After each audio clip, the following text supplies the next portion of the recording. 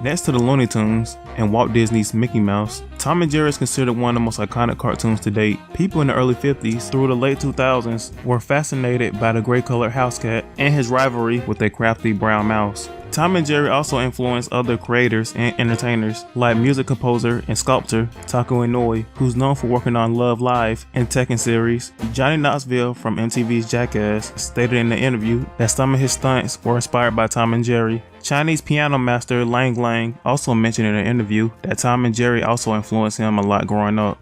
I was 2.5, and one day I'm starting to watch my favorite cartoons. There are actually 3 of my favorite cartoons. The first one is Monkey King, which is kind of a character from China and kind of really cool kung fu monkey. and then Tom and Jerry and the Transformers. And very interesting enough, that time, all those cartoons has a background classical music style or classical Chinese folk music style. So in a way that in Tom and Jerry, there's one episode called the Cat Hunter. So basically they played Liszt Hungarian Rhapsody No. 2. And unfortunately I didn't know who Liszt was that time, but I certainly know that Tom did a great job. And Jerry kind of cheated, and he almost played like an organ because he was, standing and used his feet. But certainly that influenced me a lot. Tom and Jerry was also referenced in other TV series like The Fairly Odd Parents, Kim Possible, and even being parodied as The Itchy and Scratchy Show in The Simpsons.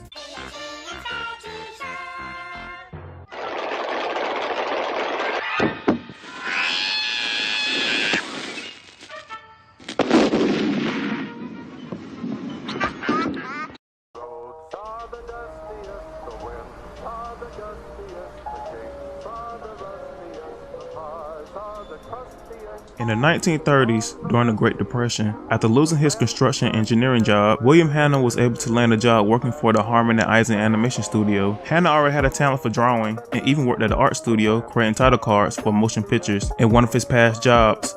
Later on, Hanna would get promoted to head of ink and paint at the Harmon and Eisen studio. This was also around the time that the studio would partner with Leon Schlesinger to produce the Looney Tunes for Warner Brothers.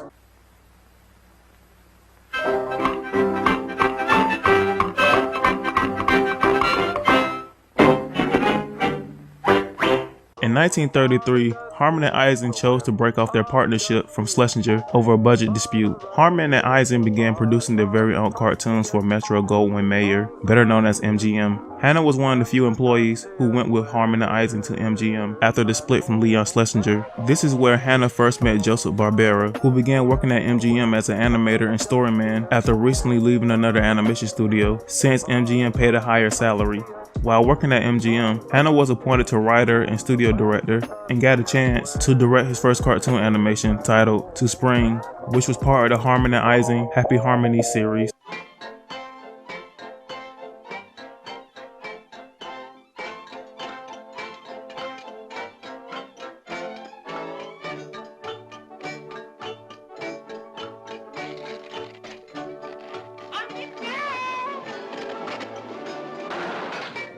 Unfortunately, most of the cartoon shorts produced through Harmon and Eisen didn't really leave any remarkable impressions. And also, the Happy Harmony series always ran over the spending budget it cost to produce these cartoon shorts. This caused MGM to eventually part ways with Harmon and Eisen and start their very own animation studio in 1937. Hanna was among the first people MGM hired away from Harmon Eisen to their new animation studio. Hanna served as a senior director on MGM's Captain and the Kids series in 1938.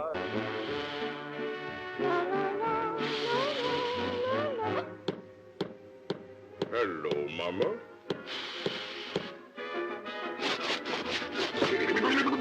So, now start. Maybe now it gives business. Unfortunately, this series also didn't do well.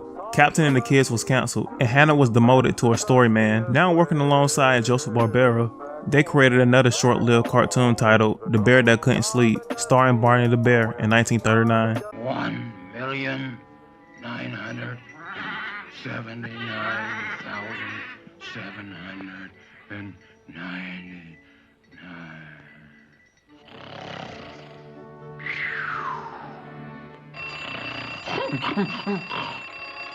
The Barney the Bear cartoon wasn't really successful, but Hanna and Barbera realized while working together, they made a great team. Barbera's skills as a gag writer and sketch artist blended well with Hanna's gift for timing and story construction. After finishing the Barney Bear cartoon, Hanna and Barbera heard rumors that the MGM studio was on its last leg and might shut down soon. This is when Barbera suggested to Hanna that they should try to make the variant cartoon, since they weren't working on anything at the moment. The pair discussed their ideas with producer Fred Quimby, the head of the short films department, who wasn't really all that interested.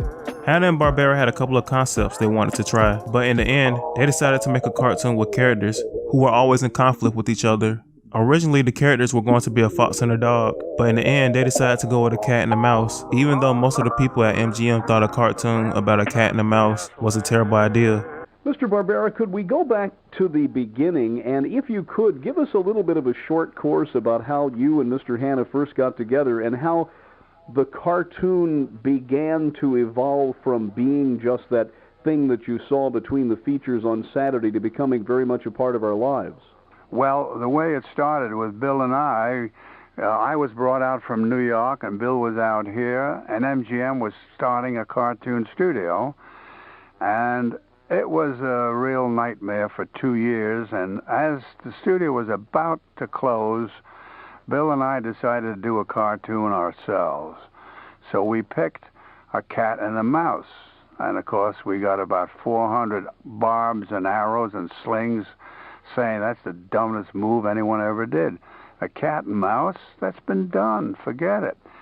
So we were told that you couldn't do more than one or two of them. So we went on to do 20 years of Tom and Jerry. Hanna and Barbera showed a demo reel to the staff at MGM. The demo was a success, and Fred Quimby greenlit the cartoon. The first cartoon short was titled Puss Gets the Boot, starring Jasper the Cat and Jinx the Mouse, was released on the theater circuit on February 10th, 1940. The cartoon short was well received by the audience and even earned an Academy Award nomination for Best Short Subjects for Cartoons.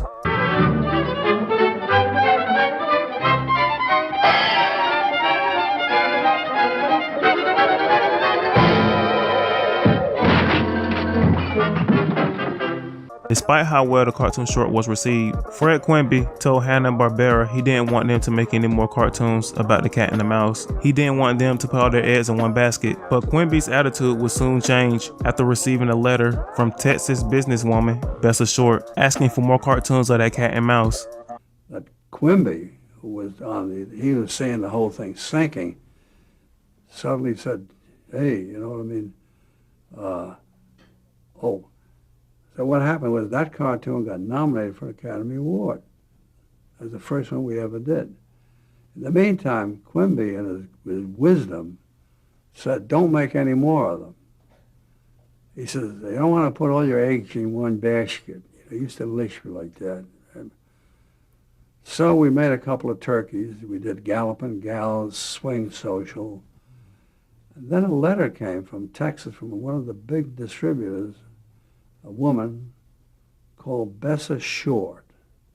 And her letter said, when am I ever going to see another one of the wonderful cat and mouse cartoons? Ooh, hey, fellas, let's make some more cat and mouse cartoons. After that, Hanna and Barbera were directed to make more shorts, but they needed to come up with better names than Jasper and Jinx. So they invited people who worked in the studio to write down a pair of names on a piece of paper and toss them into a hat. The names Tom and Jerry were the winning names that were submitted by animator John Carr. The names were inspired by the 1820s Christmas cocktail named the Tom and Jerry. John won $50 for the winning name raffle once the names were determined. Hanna and Barbera were left alone to create Tom and Jerry how they see fit. A cartoon short titled The Midnight Snack featuring Tom and Jerry aired in 1941.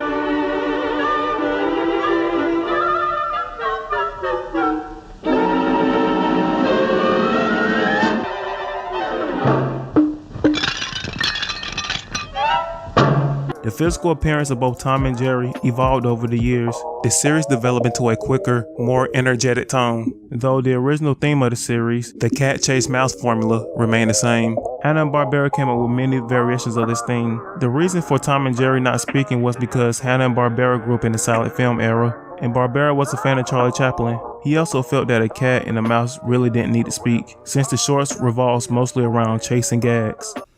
Nevertheless, I wanted to do cat and mouse because, number one, the minute you see a cat and mouse on the screen, you know there's conflict. And you got chase. And I loved that whole idea. So we designed the cat and the mouse. And people were saying, oh, all those dumb ideas. I mean, where's the purple giraffe, and the pink hippopotamus? Take the most normal characters in the world and most establish a cat and a mouse. So we started doing it. I remember the sketches as I made them, as I sit here. I remember the first sketch was a close-up of a mouse running like crazy, full speed, eyes squinting, and his tail is off scene. And then you move the camera back and the cat is laying there with his finger on his tail. That was opening shot. The cartoon was called Puss Gets the Boot. And what we did was we shot those drawings, Bill timed them, and we shot them under the camera. Then most of the studio came in to see it, and they fell on the floor. I mean, the gags went over so great. There was no discussion about them not speaking. I mean, you see, first of all, I'm a big fan of Chaplin's, and everything I saw of him, most anything, was no voice. And a lot of it, we were raised in that era of not speaking. And also, I found out that with a cat and mouse, you really didn't have to speak, because that was chase all the time, gags and chase, Chaplin-esque type of gag. He was brilliant at it, Hanna and Barbera also credited Tex Avery for the fast-paced, unpredictable style Tex Avery was known for.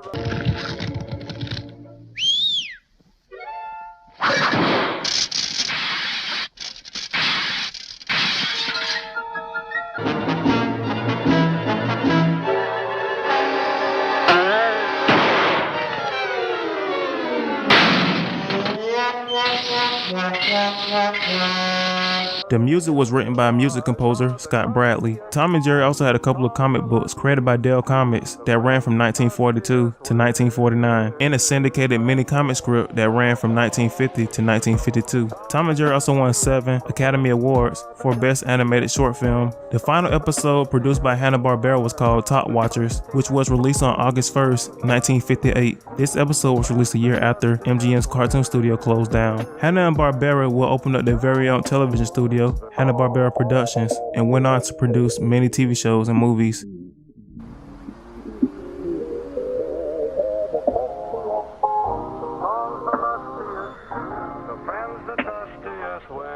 In the 1960s, MGM decided to revive Tom and Jerry, but this time, instead of producing the animation in-house, they outsourced a European animation studio called Rebrandt Films, which was directed under Gene Deitch. The animation company was tasked with creating 13 new cartoon shorts, but was given half the spending budget MGM used for the original series.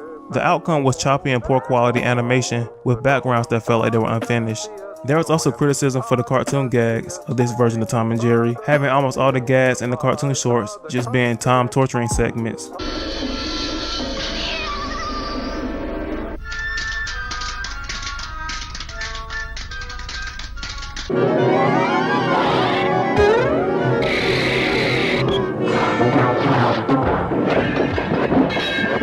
In an interview, Deitch explained he was working with a team from Czechoslovakia who never even seen the show, so it was hard for them to animate Tom and Jerry since they never even seen the original series. The first official release of Tom and Jerry for Czechoslovakia wasn't until 1988, and the reason for the poor quality animation was due to budget cuts. Plus, on top of this, Deitch wasn't even a fan of Tom and Jerry. He only worked on Tom and Jerry because he was picked to work on the show. Deitch went on to explain that he even got death threats from anonymous fans while working on the series. The final short created by Deitch was called Carmen Get It. It was released on December 21st, 1962. Looney Tunes writer and producer Chuck Jones and his animation studio, Sib Tower 12 Productions, would take over a year later.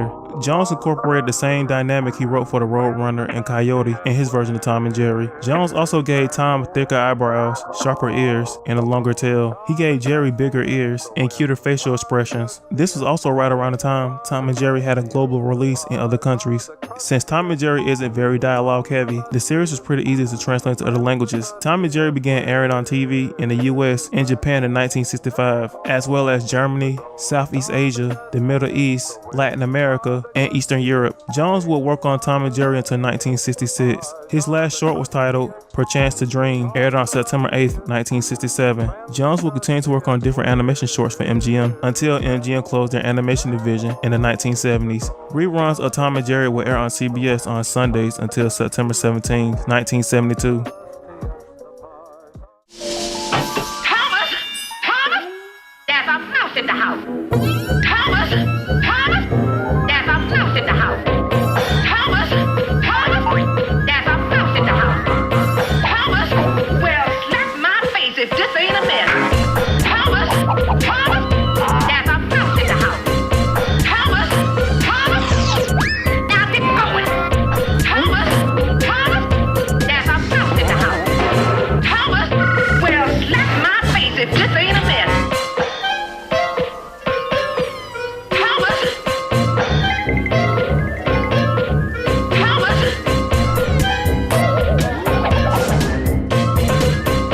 Thomas! Now get going!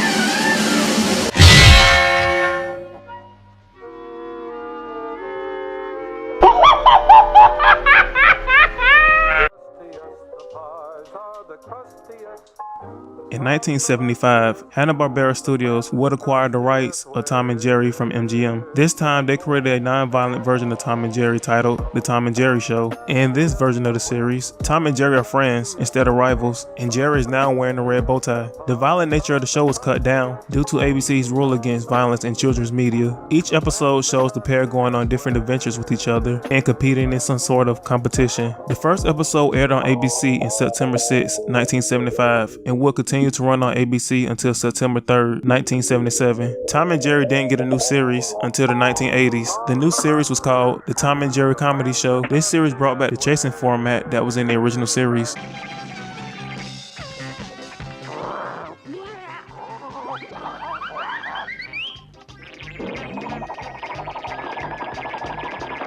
This series was produced by Filmation. The show itself received poor reviews, mostly because the series kept using the same gags over and over, and because of the poor quality animation. The series would run on CBS from September 6, 1980 to December 13 in the same year. 6 years later, Ted Turner bought MGM, and Tom and Jerry became the property of Turner Entertainment and Warner Brothers.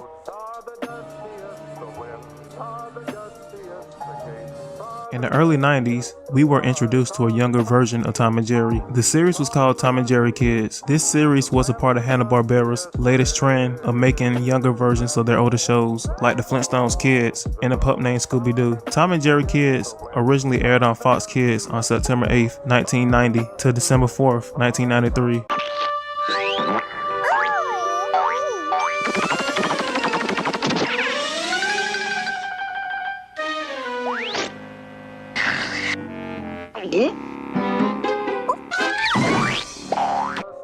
In 1992, Tom and Jerry got his first major movie in theaters. This movie was a musical, with Tom and Jerry even having speaking roles.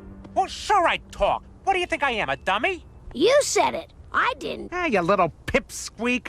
But this movie was considered a failure, just barely making its money back at the box office. Some of the criticisms for this movie was that the voices didn't fit Tom and Jerry that well, and that they sound like annoying talking animals. And also the movie focused mainly on the character Robin, while Tom and Jerry was just there on the side. What are you doing out here?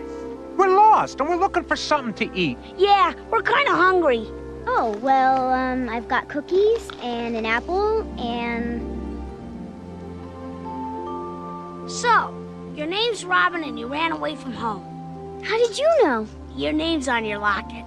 Tom and Jerry also had a couple of video games that were released in the 90s, like Tom and Jerry, the ultimate game of cat and mouse that was released for the NES in 1992. Tom and Jerry Frantic Antics for the Game Boy and Sega Genesis that came out in 1993, and many more game titles. And there were a couple of television specials that came out in the early 2000s called Tom and Jerry, The Mansions Cat, and The Karate Guard, and also a new series called The Tom and Jerry Tales, a series that still seems to be running, at least at the time of this recording. Fast forward to 2014, a new Tom and Jerry series premiered in the US on April 9th. This time, Warner Brothers hired the animation studio, Renegade Animation, to produce this series. This new series was called The Tom and Jerry Show, and the animation was done in Toon Boom. The Tom and Jerry Show will last for 5 seasons, with the final season being released on Cartoon Network's app.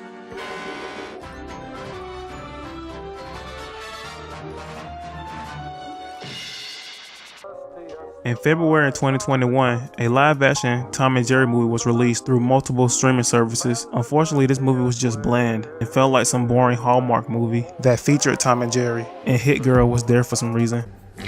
Tom, what are you doing in the lobby? Oh, I see you becoming the hunter, feeling the hunted. Yeah, there we go. Tracking the trail. Yeah, I used to love those little paws. The major problem that most Tom and Jerry movies have is, besides the movies The Fast and the Furry and Blast Off to Mars, Tom and Jerry were always treated as secondary characters in their own movies instead of the main attraction. I'm assuming the people who are tasked with writing a Tom and Jerry movie script have to find a way to fill out the time of the movie with other characters, since Tom and Jerry's whole dynamic is chasing the slapstick gags. There will probably never be another Tom and Jerry series that can match up with the original series or even the Deitch-jones series. The 2014 series tried, but hopefully one day we'll get a series that has the same passion as the original Tom and Jerry we all grew up watching. Only time will tell.